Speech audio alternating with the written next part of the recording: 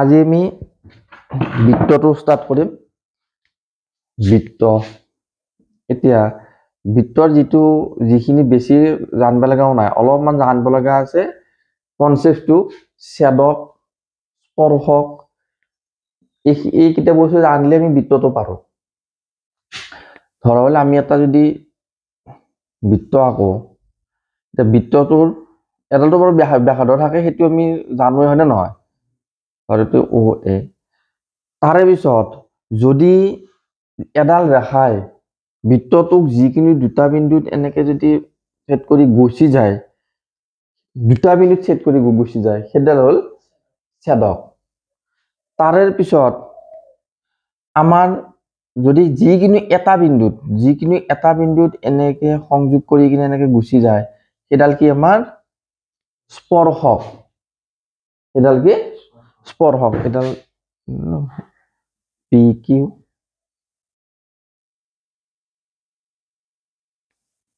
R এস, এটা বিন্দুত লাগি পাৰ হৈ যোৱাডাল হল স্পৰ্শক। তাৰে পিছত স্পৰ্শকডাল কাৰ মাজেদি যায়? স্পৰ্শ বিন্দুৰ মাজেদি যায়। মানে যিটো বিন্দুত সি স্পৰ্শ কৰিব, সেইটো বিন্দুৰ নাম হল স্পৰ্শ বিন্দু। ঠিক আছে, ইয়াত মই লিখি দিছো, ও এ ব্যাসাৰ্ধ, পি কিউ ছেদক, আৰ এস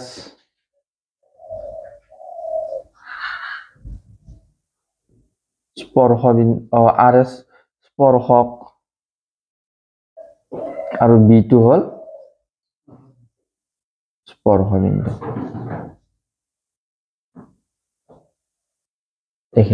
এইখিনি জানলে আমি ইয়াতে বহুত বস্তু জানো, বাকীটো আৰু নিয়মত আমি কৰিয়ে যাম। তথাপি এইখিনি হল জানো। বহুতে ছেদক মানে কি নাজানে, স্পৰ্শক মানে কি নাজানে, এইখিনি আমি জানিব লাগিব। ঠিক আছে,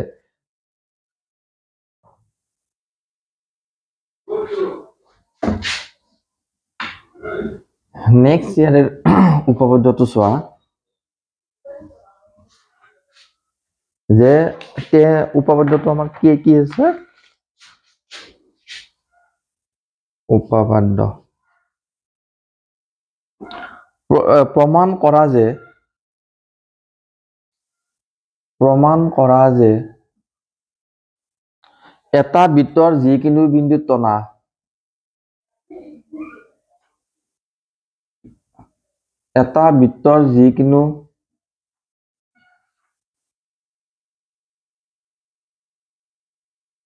বিন্দুত টনা স্পৰ্শকডাল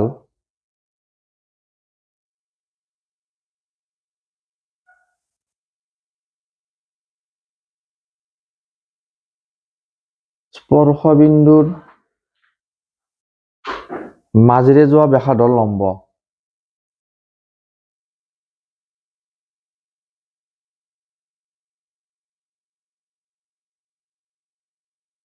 ব্যাসাৰ্ধৰ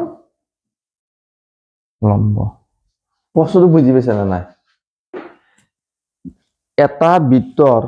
যিকোনো বিন্দুত টনা স্পৰ্শকডাল স্পৰ্শ বিন্দুৰ মাজেৰে যোৱা ব্যাসাৰ্ধৰ লম্ব। এইখিনি পঢ়ি চিত্ৰটো আঁকিব পাৰিবি নে নাই? প্ৰশ্ন পঢ়ি আমি জ্যামিতি চিত্ৰটো আঁকিব লাগিব নে নহয়? চিত্ৰটো আঁকিব লাগিলে কুৱেশ্যনটো ভালকে বুজি পাব লাগিব। এটা বৃত্তৰ, আমি এটা বৃত্ত আঁকি ললো, এইটো এটা বৃত্ত। যিকোনো বিন্দুত টনা স্পৰ্শকডাল আমি যিকোনো টানিব পাৰো, সদায় তলফালে আঁকিলে আমাৰ কাৰণে সুবিধা হয়। আমি যেতিয়া চাম, আমি উল্টাকে নাচাওঁ, আমি যেতিয়া তলফালে থাকিলে আমি চিধাকে হয়, বস্তুবিলাক চোৱাত সুবিধা হয়। গতিকে আমি কি কৰিম? তলফালে আঁকিম। স্পৰ্শকডাল কোনফালে আঁকিম? তলফালে। স্পৰ্শক, স্পৰ্শ বুলি কওঁতে এটা স্পৰ্শ বিন্দু আছে, সেইটো কি?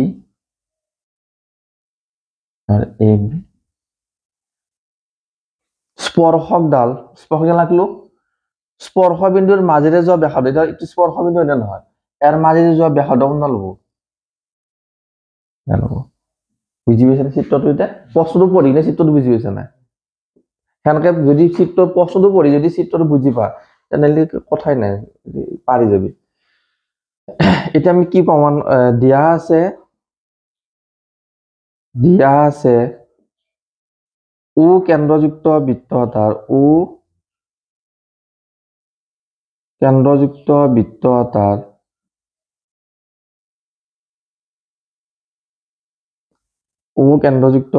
এটাৰ পি স্পৰ্শ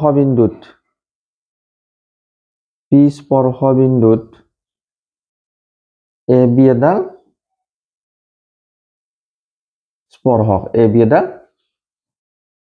স্পৰ্শক,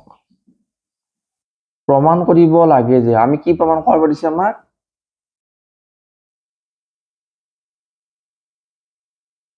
কি প্ৰমাণ কৰিব দিছে, প্ৰমাণ কৰিব লাগে যে স্পৰ্শ বিন্দুৰ মাজেৰে যোৱা ব্যাসাৰ্ধ লম্ব,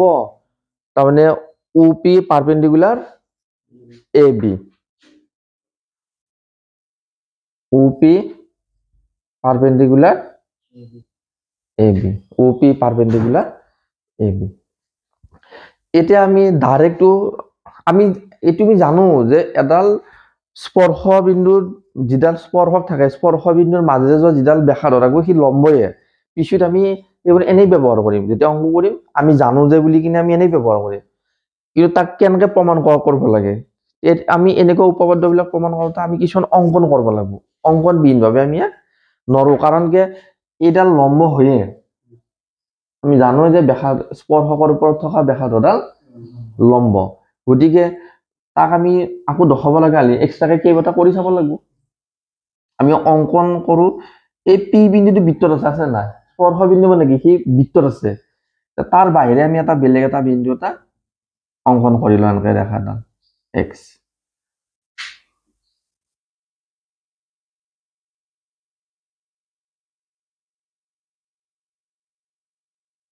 এ বিৰ ওপৰত এক্স এটা বিন্দু লোৱা হল,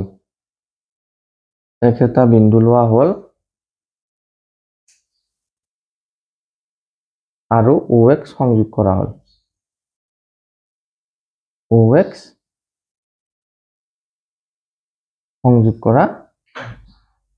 এইটো থিয়ৰিত আহিব, তাৰমানে জ্যামিতি যদিও এই থিয়ৰিত আমি লিখিম, এক লেখাই কাম প্ৰমাণ। এতিয়া এই পি বিন্দুটো বৃত্তত আছে, বাকী তই যিয়ে নালাগে সি ক'ত থাকব, ৰেখা স্পৰ্শকত আছে, কিন্তু সি বৃত্তত থাকব নে বৃত্তৰ বাহিৰত থাকব, বৃত্তৰ বাহিৰত থাকব। বৃত্তৰ বাহিৰত থাকাটো ইয়াতকে দীঘল হ'ব নে নাই, ব্যাসাৰ্ধতকৈ দীঘল হ'ব নে নাই, ব্যাসাৰ্ধতকৈ দীঘল হ'ব।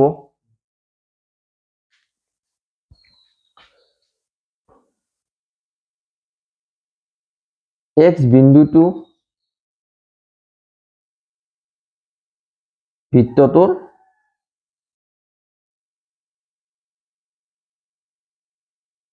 ক'ত আছে, বাহিৰত আছে, এক্স বিন্দুটো বৃত্তটোৰ বাহিৰত আছে। যদি বাহিৰত থাকে নিশ্চয় OX ডাল আমাৰ ডাঙৰ হ'ব, অৰ্থাৎ OX greater than OP, এতিয়া আমি এক্স বিন্দুটোৰ বাহিৰে এটা যদি আমি যিয়ে নলওঁ, চবকেইটা বৃত্তৰ বাহিৰত থাকবি নে নাই, অকল পি এটা বিন্দুহে আছে তাতে স্পৰ্শ বিন্দু, সেই বৃত্তটোত আছে, তাৰ বাহিৰে আমি এ বিৰ ওপৰত যি বিন্দু নলগে সি ক'ত থাকব, বৃত্তটোৰ বাহিৰত থাকব।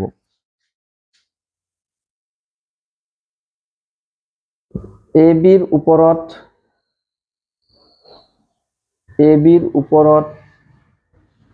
পি বিন্দুৰ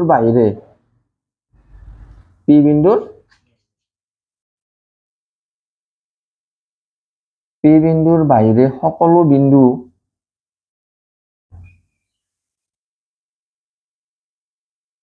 বৃত্তটোৰ বাহিৰত থাকিব,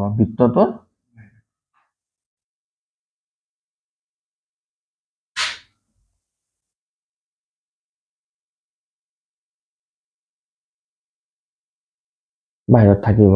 বৃত্তটোৰ বাহিৰত থাকলে তাৰমানে প্ৰতিটোৰে ক্ষেত্ৰত OP P OP ডালে ছুটি হ'ব প্ৰতিটো ক্ষেত্ৰতে বাহিৰত থাকিব অৰ্থাৎ আমি লাইনটো কি হিচাপত দিয়া যায়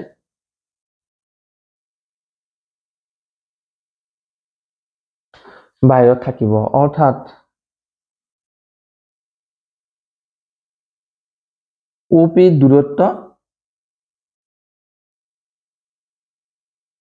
আটাইতকৈ কম OP দূৰত্ব আটাইতকৈ কম এতিয়া আমি জানো যে এটা বিন্দুৰ পৰা এডাল ৰেখাৰ ওপৰত যদি আমি এটা নিৰ্দিষ্ট বিন্দুৰ পৰা আমি লম্ব আঁকিব লাগে তাতে যিডাল সবতকৈ ছুটি বাহু থাকে সেইডালে হ'ল সেই ৰেখাডালৰ ওপৰত লম্ব গতিকে ইয়াতে OP ডাল লম্ব হ'বনে নাই আটাইতকৈ কম গতিকে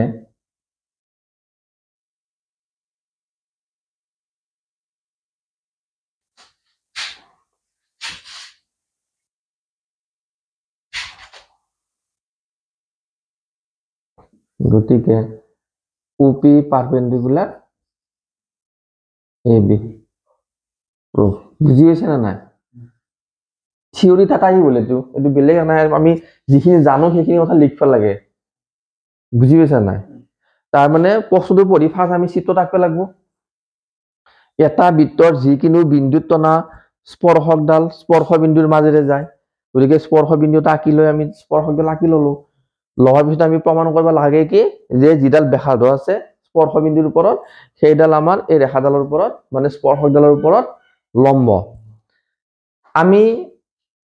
পি বিন্দুৰ বাহিৰে যিয়ে বিন্দু নলকে সেই বৃত্তটোৰ ক'ত থাকব বাহিৰত থাকব যদি বৃত্তটোৰ বাহিৰত থাকে গতিকে আমি এডাল ৰেখাৰ ওপৰত সবতকৈ ছুটি বাহুডালে হ'ল মানে লম্ব এতে OP আছে লম্ব যদি আমি এটা নিৰ্দিষ্ট বিন্দুৰ পৰা এডাল ৰেখাৰ ওপৰত যদি আমি লম্ব টানব লাগে সবতকৈ যিডাল ছুটি হ'ব সেইডালে হ'ল আমাৰ লম্ব গতিকে OP পাৰপেন্ডিকুলাৰ AB হয়নে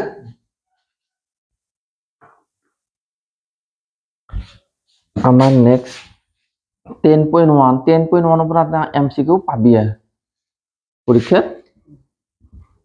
এবাৰ পেপাৰ আমাৰ ইমানো টান আহা নাই তো এইখান সেই পেপাৰ 9টা নে 10টা টান আছে অলপতো টান নহয় কৰি চাব লাগে অলপ সূত্ৰবিলাক ক্লিয়াৰ লাগে অনুশীলনী 10.1 চোৱা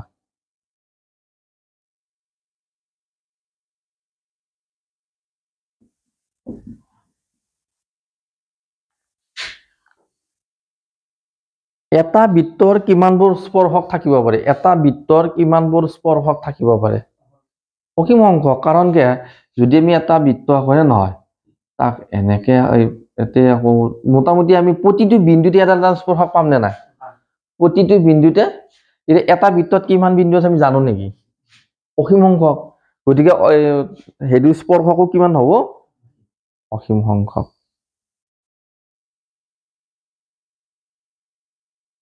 এটা বৃত্তত আমাৰ অসীম সংখ্যক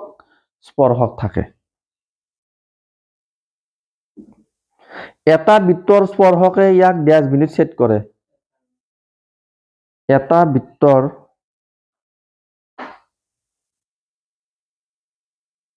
স্পৰ্শকে ইয়াক ইলাখান আলিতো অপশনে আহিব এটা চাবি অপশনত এটা বৃত্তৰ স্পৰ্শকে এটা বুলি নেট দিব পাৰে নেদি কিনে স্পৰ্শ বিন্দু বুলি দিব পাৰে স্পৰ্শকে ক'ত ছেদ কৰে বৃত্তটো স্পৰ্শ বিন্দু ছেদ কৰে এটাই অপশনত যদি দে এটা আছে এটা লিখবি আৰু বোলো নহয় স্পৰ্শ বিন্দু বুলি আছে স্পৰ্শ বিন্দু দিবি আমি ইয়াতে দেওতে স্পৰ্শ বিন্দু বুলি দিম এটা বৃত্তৰ স্পৰ্শকে ইয়াক স্পৰ্শ বিন্দুত ছেদ কৰে স্পৰ্শ বিন্দুত ছেদ কৰে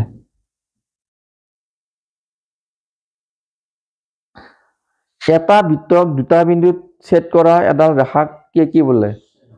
ছেদক এটা বৃত্তক দুটা বিন্দুত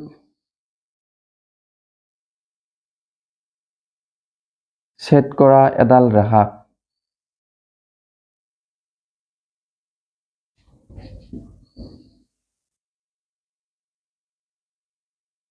কি বোলে ছেদক বোলে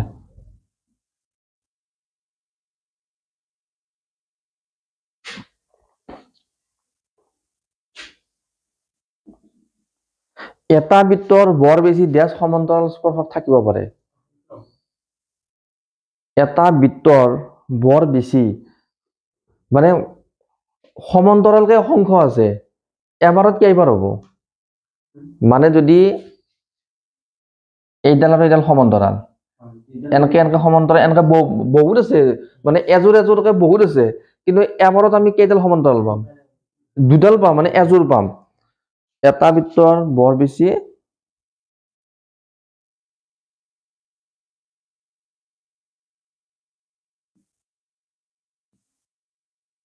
দুডাল সমান্তৰাল স্পৰ্শক থাকিব পাৰে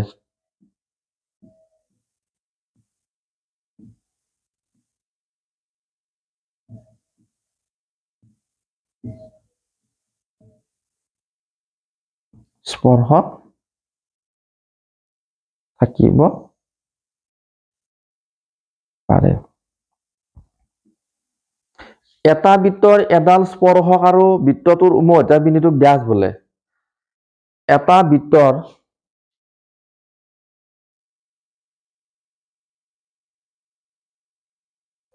এডাল স্পৰ্শক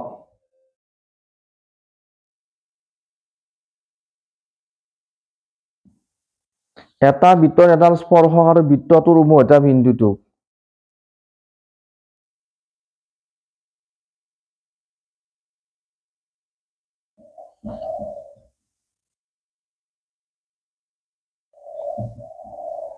উমৈহতীয়া বিন্দুটোক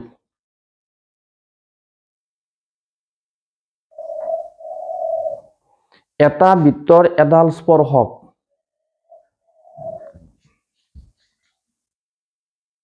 এডাল স্পৰ্শক আৰু তাতে যিটো বিন্দু আছে সেই তাক কি বুলি কোৱা হয় স্পৰ্শ বিন্দু মই ষ্টাৰ্টিংতে কোৱা হৈছে উমৈহতীয়া বিন্দুটোক স্পৰ্শ বিন্দু বোলে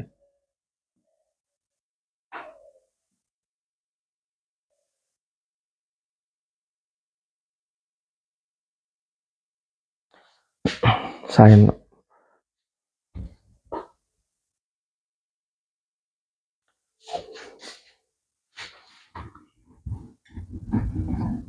নেক্সট আমাৰ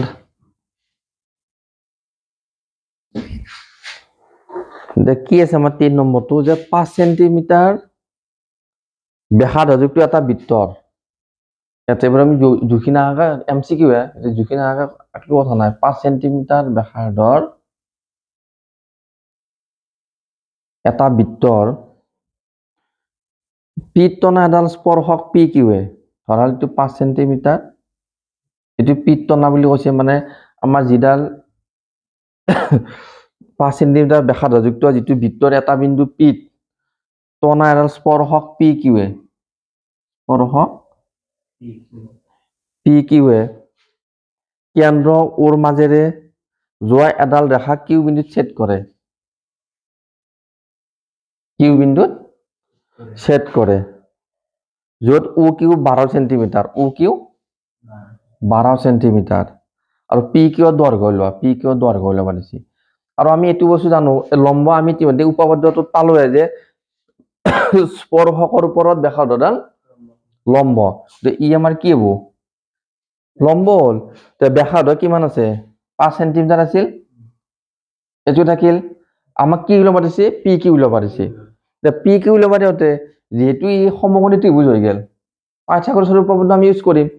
তে অতিভুজ কোনডাল হ'ব ও কিউ স্কয়ার সমান O P square plus P Q square তো ও কিউ হলে কেমন হবে 12 square 5 square plus P Q square 144 25 plus PQ square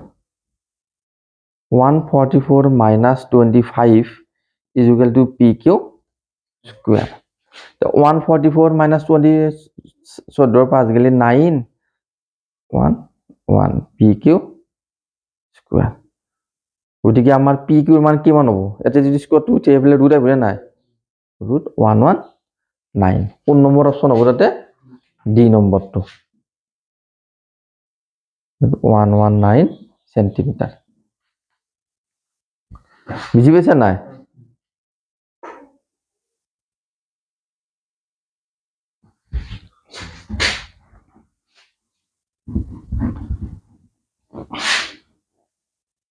last কোৱেশ্যনটো কি আছে আমাৰ যে এটা বৃত্ত আৰু এডাল পৰত্ত ৰেখাৰ সমান্তৰালকৈ দুডাল ৰেখা আঁকা যাতে এডাল স্পৰ্শক হয় আৰু আনডাল ছেদক হয় এটা বৃত্ত এটো ডাইৰেক্ট এতে এক পেলাব এনেকে এটা বৃত্ত ও কেন্দ্ৰযুক্ত এটা বৃত্ত এডাল পৰত্ত ৰেখা বুলি কওঁতে সি ছেদকো নহয় স্পৰ্শকো নহয় এডাল পৰত্ত ৰেখা ধৰা হল এ বি এটো কেন্দ্ৰ মানে বৃত্ত এটো হল পৰত্তৰাল ৰেখা সমান্তৰালকৈ দুডাল ৰেখা আঁকা যাতে এডাল স্পৰ্শক হয় এর সমান্তরাল এক লাগা হলে আমি এনকে এক পেলাবো এর নাম ধর পি কিউ দিলু তো যদি পরত দেখা যায় এনকে একলিয়ে স্পর্শক গেলে আমি এনকে একলুয়ে আন্দাজ ছেদক হয় ছেদক আর এস ইয়াত আমার লিখি এনেতো মুখে মুখে খিনি ক্লিয়ারে হল আমি বস্তুটো লিখবা লাগবো দিয়া আছে ও কেন্দ্ৰযুক্ত বৃত্ত এটাৰ ও কেন্দ্ৰযুক্ত এটা বৃত্ত আৰু এ বি এডাল পৰত্ত ৰেখা এ বি এডাল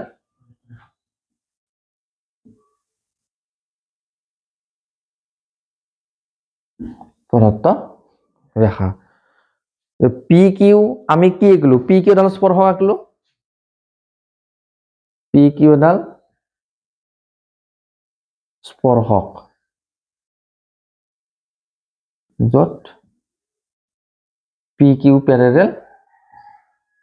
এ বি আর এস এডাল ছেদক আর এস এডাল ছেদক যত আর এস প্যারেলাল এ বি ক্লিয়ার হয়েছে না এইখিনি বস্তু ক্লিয়ার হয়েছে